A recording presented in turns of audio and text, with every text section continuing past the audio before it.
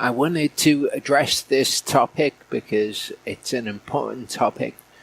I originally did a video called Why Do Bad Things Happen to Good People 9 or 10 years ago now.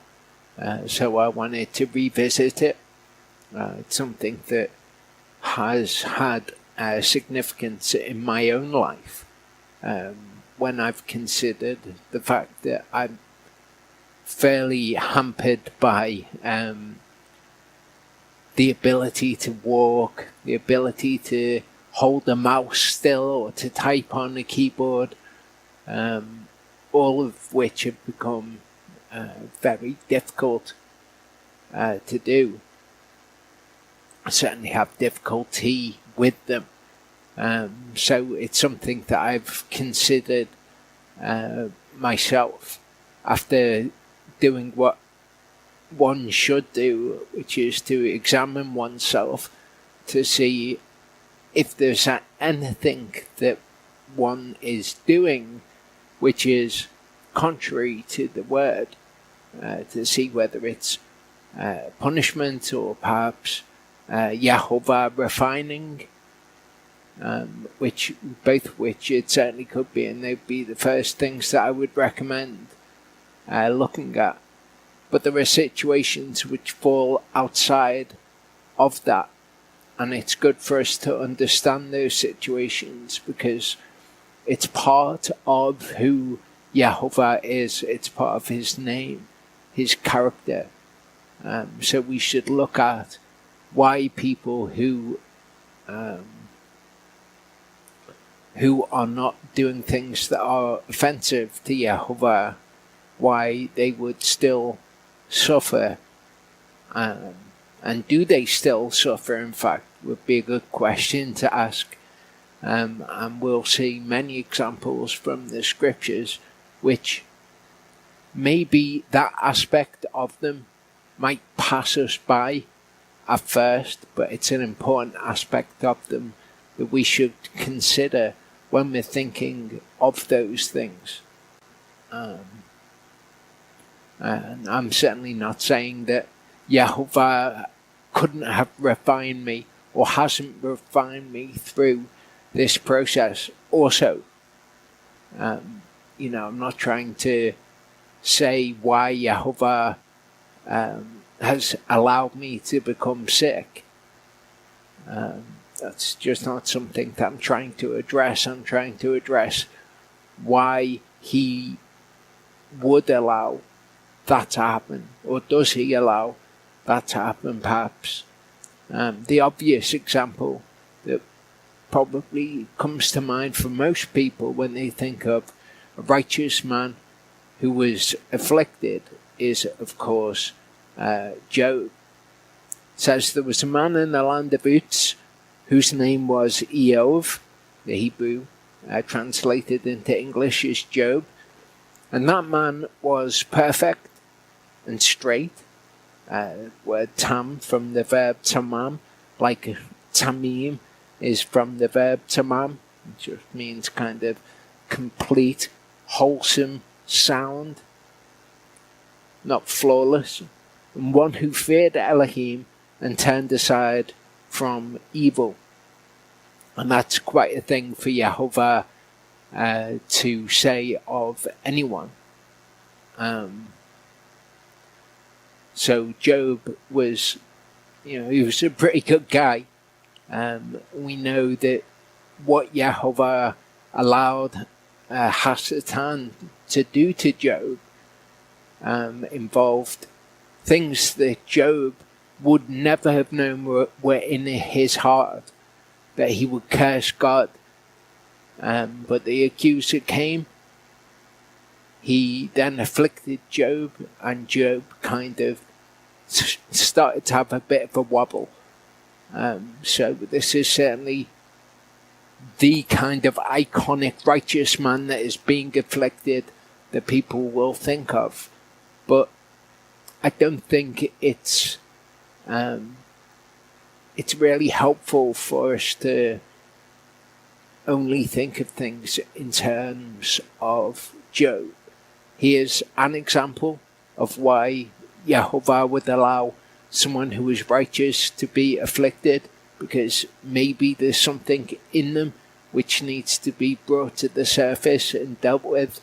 Certainly the refining process. But it's not only restricted to this.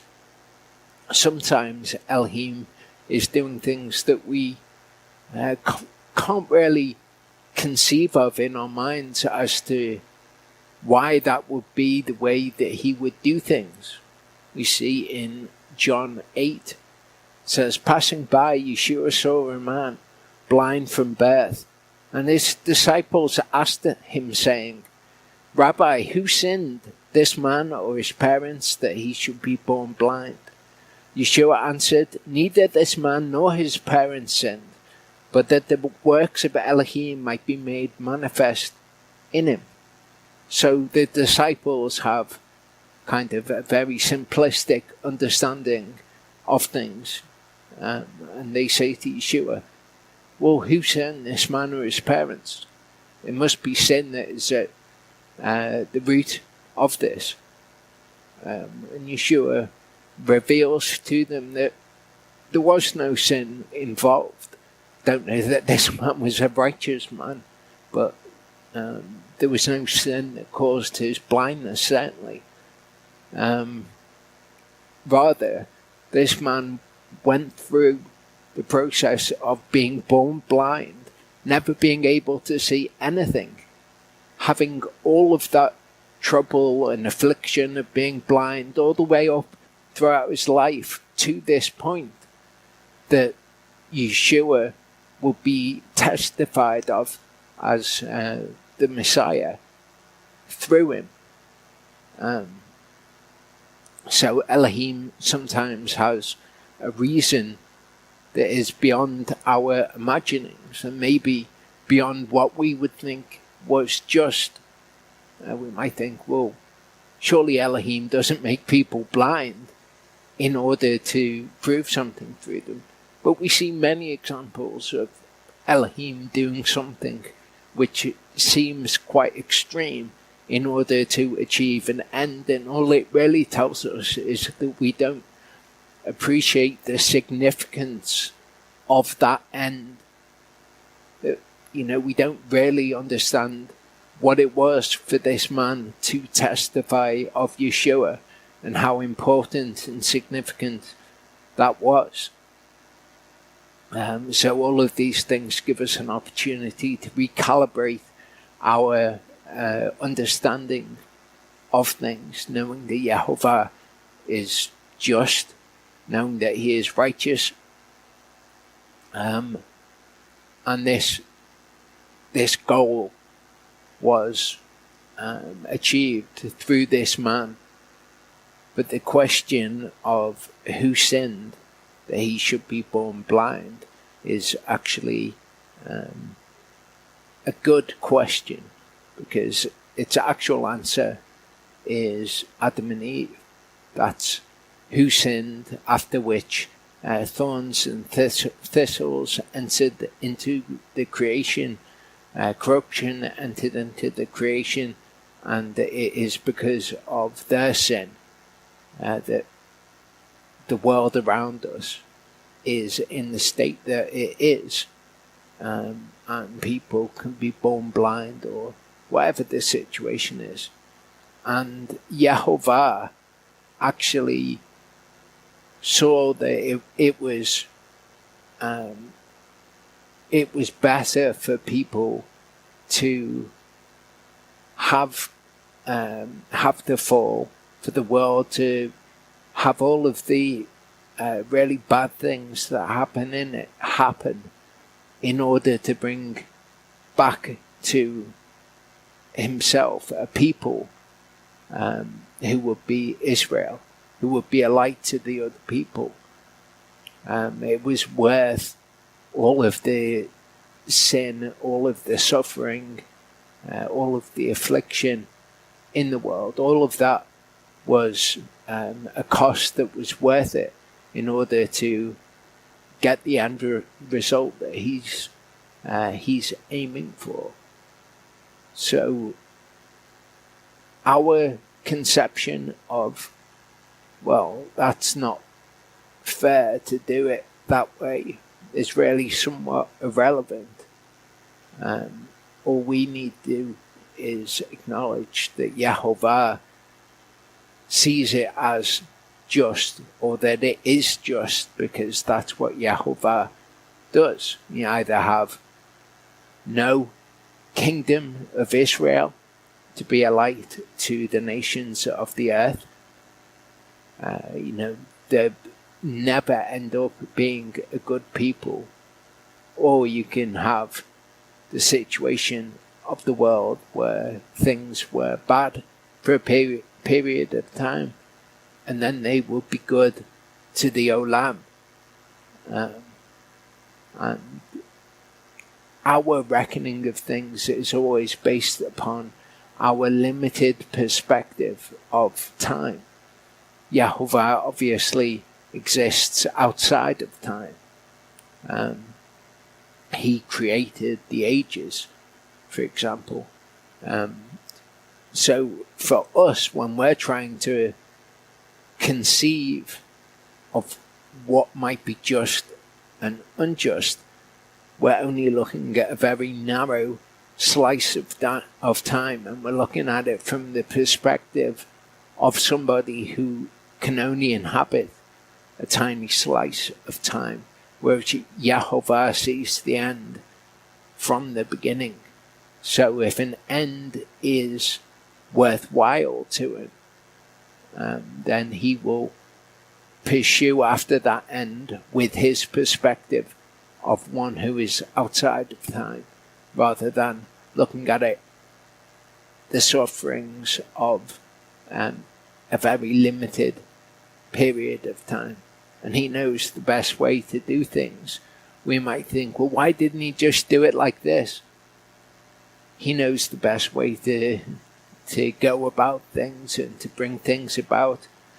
Maybe we might think of something that we could imagine working that actually wouldn't have long-lasting effects, wouldn't be the right effects that Yehovah wants. We have to submit all of these things to him and trust him and say, well, I would have things be different, but nevertheless not my will be done, but yours, because I trust you. I know that you are the one who knows all things, and I'm not. So my perspective on how to do things really isn't relevant at all. In the book of Hebrews, chapter 11, it says, "Who through belief overcame kingdoms, worked righteousness, obtained promises, stopped the mouths of lions." Speaking of the prophets here. "Quenched the power of fire, escaped the edge of the sword, out of weakness were made strong, became mighty in battle, put foreign armies to flight. Women received back their dead by resurrection, and others were tortured, not accepting release to obtain a better resurrection.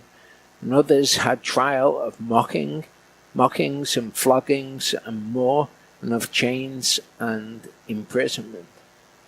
They were stoned, they were tried, they were sawn in two, they were slain with the sword.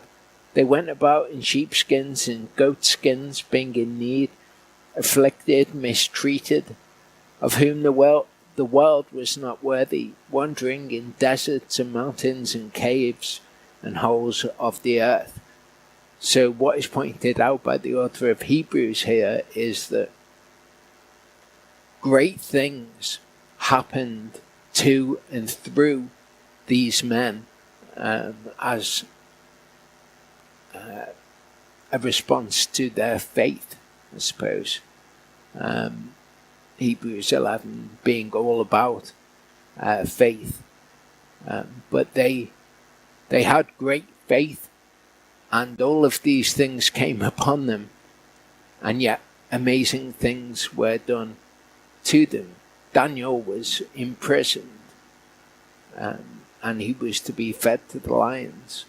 But his faith is what saved him ultimately from that fate. I imagine that's what it's talking about when it says, stopped the mouths of lions. People were raised from the dead. I imagine that's talking about Elijah and Elisha. But great things were done to and through them because of their faith, and yet they underwent much affliction. They certainly weren't spared from it. We might think things very simplistically and might think, well, Yahovah is God. He is able to do whatever he wills. So when they were going to saw the prophets in half, maybe Yahovah could have stepped in and stopped them, which of course he could, but he didn't. And that should tell us something about the nature of such people and the fact that Yahovah sometimes doesn't step in to remove affliction. In fact, the instances that I can think of in Scripture where he steps in to remove somebody from affliction, as opposed to those who underwent affliction, are certainly outnumbered by those who underwent it. He could have freed Joseph from prison. For example, he was 13 years in prison, which is quite a thing. Now, he could have been trying to achieve something through Joseph's imprisonment, but he allows people to suffer affliction for whatever reason. And I suppose part of what I'm saying is that we shouldn't try to discern what is the reason for these things.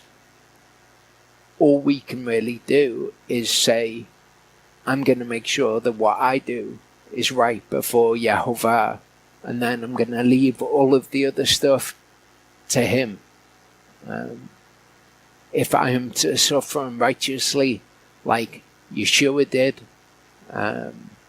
then so be it. If that is his will, all I can do is make sure that I am responsible for the things that I do and bring all of those in line with his word, and not try to imagine reasons why Yahovah might do something.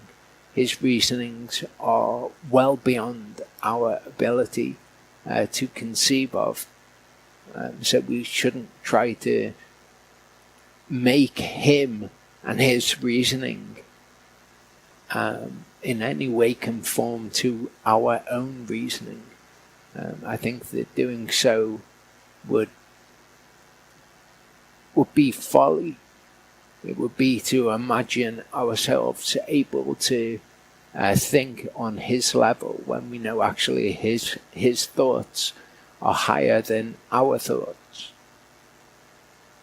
In Joshua 12:7-24, we have an example of events which we can get a different perspective on.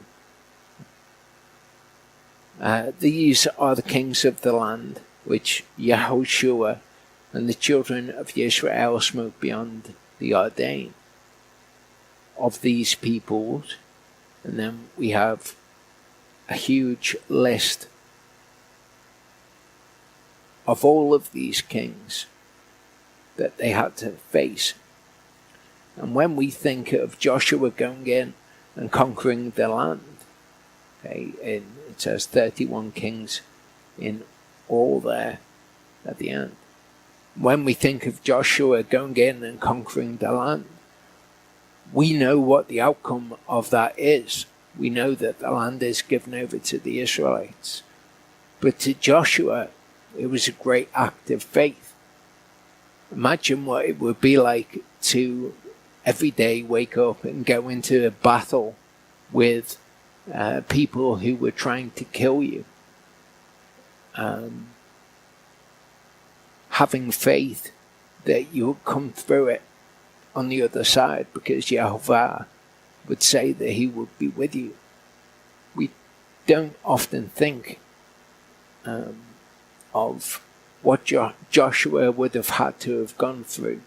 We read of Yehovah saying to him, don't fear, be courageous, but it can almost pass us by. Whereas to Joshua, he had to live that every day and get up and go into battle, and whatever the negatives of being in battle might be, being away from your family, being, somewhere that's cold, somewhere that's really hot maybe, physical discomfort that you would have to undergo in order to go and do what the Lord had told you to go and do. So Joshua is certainly a good man, and yet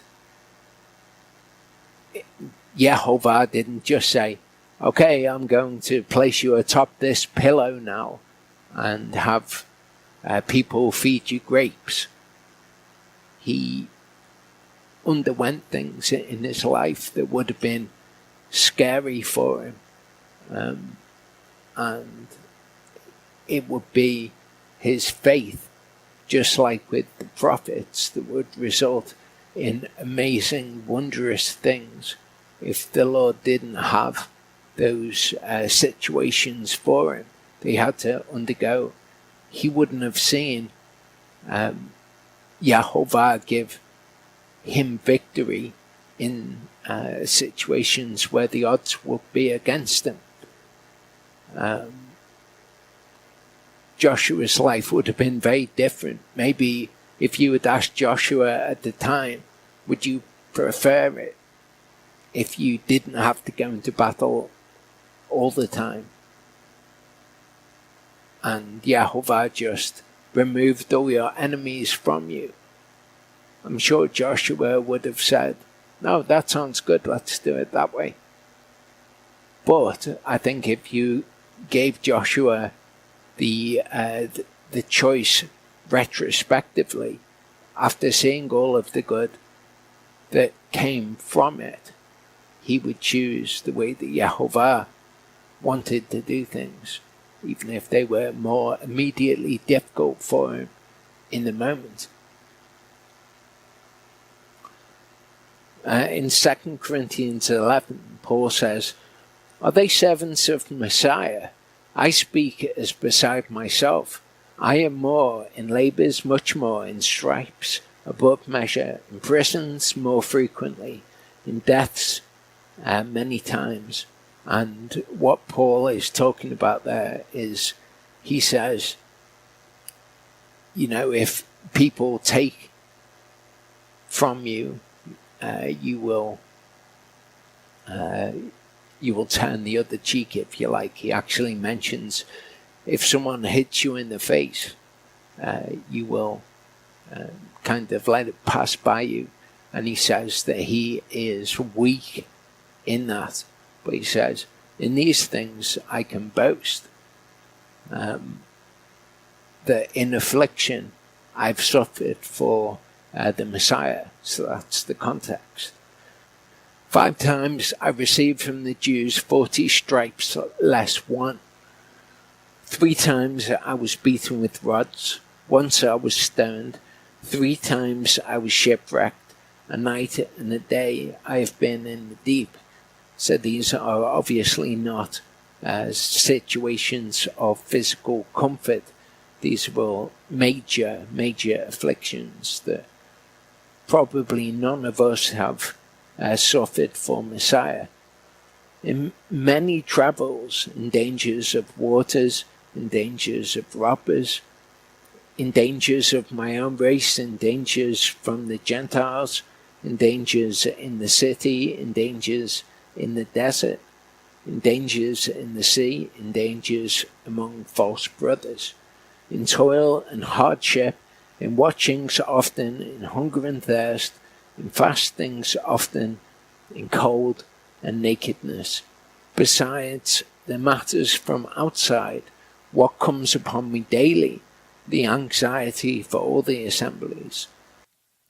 So Paul lists all of the troubles and the afflictions, the anxieties that he has, all of the things that we might look upon as negative. And he says, I suffer all of these things. And Paul, from what we can tell about him, was a good person.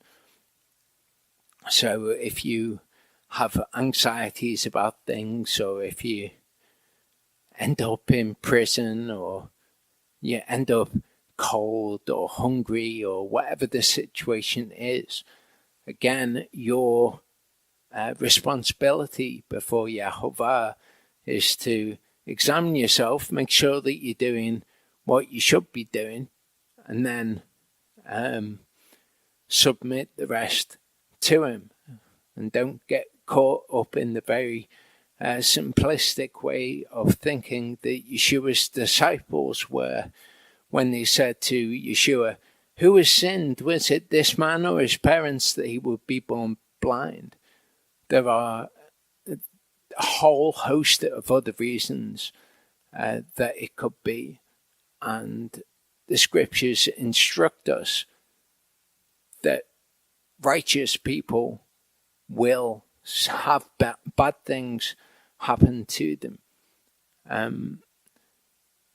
Another important part of this is that something which is a bad event, Yehovah can use for those who love him and according to his purpose. He can use it for their good, and the same things he can use to be a horror and a shame to people who are acting badly. It's the same thing which is brought upon them, which happens to them. But whether or not it's used for good or for evil to those people depends upon whether or not they are good or evil. We see this in Jeremiah 24. Yehovah showed me, and look, there were 2 baskets of figs set before the temple of Yehovah. After Nebuchadrezzar, who I think must be Nebuchadnezzar, king of Babel, I don't know why the difference is there, had exiled Yechoniah, son of Jehoiakim, king of Judah, and heads of Judah, and the craftsmen and the smiths from Jerusalem, and had brought them to Babylon. One basket had very good figs, and that is Te'anim Tovot Ma'od. In the Hebrew, Te'anim being figs, Tov being the Hebrew word for good, because it's plural. It's Te'anim, which is figs, plural. So the adjective that describes them as good is also pluralized in Hebrew. You've got Te'anim Tovot. Ma'od means very. When you read very, it's probably in the Old Testament, it's probably the word ma'od that's there. In fact, when we're told to love Yehovah with all our heart, soul, and strength, actually the word is ma'od. So you could translate it with all your heart, soul, and very. Like the figs that are first ripe, and the other basket had very spoiled figs, and that is Te'anim Ra'ot Ma'od. Ra being that which is not according to the purpose for which it was designed. So figs that can't be eaten, for example, would be ra figs. Often tov and ra is translated good and evil. But again, because the figs is pluralized, ra is pluralized. So good figs, te'enim tovot, ra figs, te'enim ra'ot, ma'od again, very bad figs or whatever, which could not be eaten, they were so spoilt. And that word is me roah. Okay, roah is the noun form of ra. Ra is an adjective. You would describe something as being ra, but the concept of evil, if you want to put it in English terms, is a noun. Use the noun evil. You can also use evil as an adjective to describe something as evil in English, and it's similar in the Hebrew. And Yehovah said to me, "What do you see, Yirmiyahu?" And I said, "Figs, the good figs, very good. Te'enim, ha-te'enim, ha-tavot, tavot ma'od." So figs, the good. You could translate that as ha-te'enim, ha-tavot. You would put the definite article on figs, also on good. So in English that would be the good figs. So figs, the good figs, tovot ma'od would be very good. And the spoilt, very spoilt, v'hara'ot, ra'ot ma'od, which could not be eaten, they are so spoilt.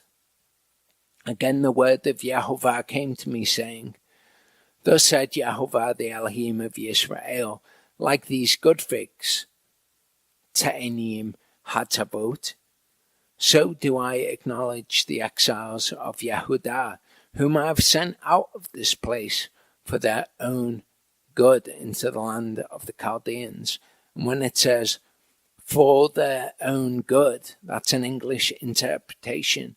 In Hebrew, it's simply le tovah. You put a lamed as a prefix, so the le, when you want to say to or from. So le tovah in Hebrew would literally be too good. So whom I have sent out of this place, too good, is what it more literally says. And I shall set my eyes on them for good. Again, for their own good, and for good is the same Hebrew phrase, letovah. I shall set my eyes on them to good, and shall bring them back to this land, and I shall build them up, and not pull them down, and shall plant them, and not pluck them up. And I shall give them a heart to know me, that I am Yehovah, and they shall be my people, and I shall be their Elohim, for they shall turn back to me with all their heart. And as the te'enim hara'ot, that could not be eaten, because they are so spoiled, meroah. For thus said Yehovah, so do I give up Zidkiyahu, that's Zedekiah, the king of Judah, his heads, the rest of Jerusalem who remain in this land, and those who dwell in the land of Egypt. And I shall make them a horror to all the kingdoms of the earth for evil, or leroah, to evil, to be a reproach and a byword and a mockery and a curse in all the places to which I drive them. So we see it's the same events that are brought upon the good figs and the bad figs. To the bad figs, they're made a horror and a reproach to the people. To the good figs, Yahovah uses it letovah, too good. To the bad figs, leroah, for bad or too bad. So the same events can be used for the good and for the wicked, and they will achieve different things. The good are brought to a knowledge of who Yahovah is, and he uses it too good. For the bad, they are punished for their wickedness, but it's the same events. So when we see righteous men undergoing things in the scriptures, we don't know why Yahovah is doing it. The one thing that we do know, though, if you are one who follows Yahovah and you are righteous and you're walking correctly before him, we know that all works together for good. In Hebrew, that would be letovah, to those who love Elohim and to those who are called according to his purpose. So all works together to good or for good for those who know Yahovah and are called, or love Elohim and are called according to his purpose. So what you need to do is make sure that that describes you. And then those bad events which are taking place in your life, you can know that Yahovah is using all for good without second guessing why he's doing something. You can come to a knowledge that whatever the reason is that he's doing it, he is good and he is using it too good for you. I'll see you next week, Yahovah willing.